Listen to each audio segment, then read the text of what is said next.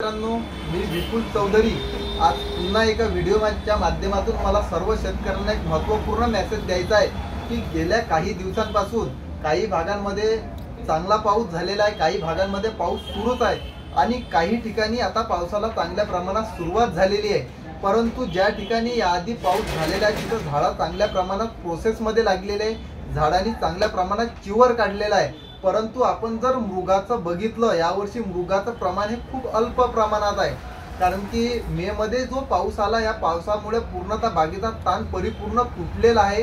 त्याच्यामुळं झाडाने कुठल्याही प्रकारे ट्रेस न घेतल्याच्या कारणास्तव यावर्षी मृगाचं जे प्रमाण आहे हे 25% फक्त आपल्याला दिसून येत आहे, कारण की 75% बागेंनी ह्या नव्हतीच काढलेली आहे। परंतु काही प्रमाणात जे खूप भारीची जमीन आहे, खोडव्याचे झाड अशा ठिकाणी झाड अजूनही पूर्णतः सुप्त अवस्थेमध्ये झाड अजूनही प्रोसेसमध्ये लागले नाही, तिथं अजूनही आपल्याला चान्सेस आहेच की मृग निघेल म्हणून, तर ते समोर आपल्याला दिसणारच आहे। परंतु सध्याच्या कंडिशनला जर बघितलं तर 75% बागा ह्या मृगाच्या खाली आहे। आणि आंबिया उत्पादक शेतकऱ्यांना सांगायचं आहे की यावर्षी आंबियाची फसल ही खूप चांगल्या प्रमाणात आहे, कारण की आंबियाला रेट खूप प्रमाणात म्हटलं म्हणजे खूप कमी आहे आणि यावर्षी रेट हे खूप चांगले राहणार आहे।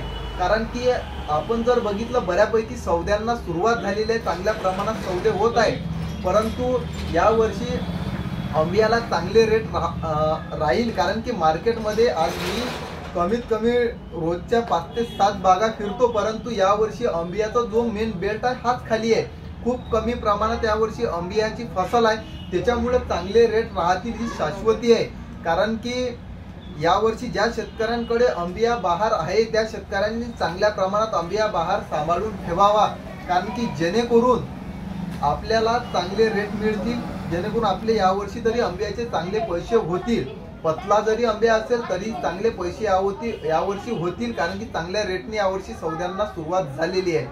आणि मी तुम्हाला सांगतो की यावर्षी तसंही फडकीचं प्रमाण हे खूप कमी आहे। फडकी म्हणजे ज्याला आपण क्रॅकिंग म्हणतो ते प्रमाण यावर्षी खूप कमी प्रमाणात आपल्याला दिसून येत आहे।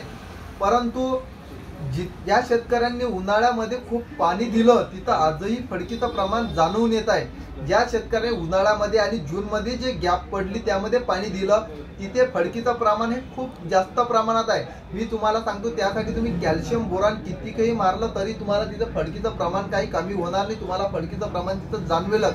तिथं कॅल्शियम बोरान मारून फायदा नाही। मी तुम्हाला सांगतो ते फडकी कशामुळे ते आपण जे उन्हाळ्यामध्ये अति पाणी देतो, अति पाण्यामुळे आतमधली खोड आणि वरच्या कवरिंगचं अंतर सेम नसते आणि जूनमध्ये ज्यावेळेस झाड न्यूट्रिशन अपटेक करते तिथं संतर तुमचा क्रॅक मारते, त्याच्यामुळं फडकीचं प्रमाण आपल्याला तिथं दिसून येते। अशा प्रमाणात तिथं फडकीचं प्रमाण आपल्याला जाणवते।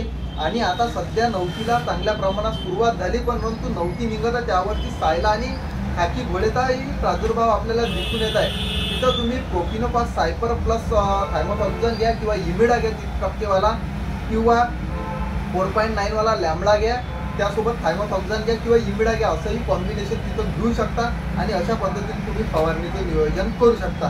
धन्यवाद।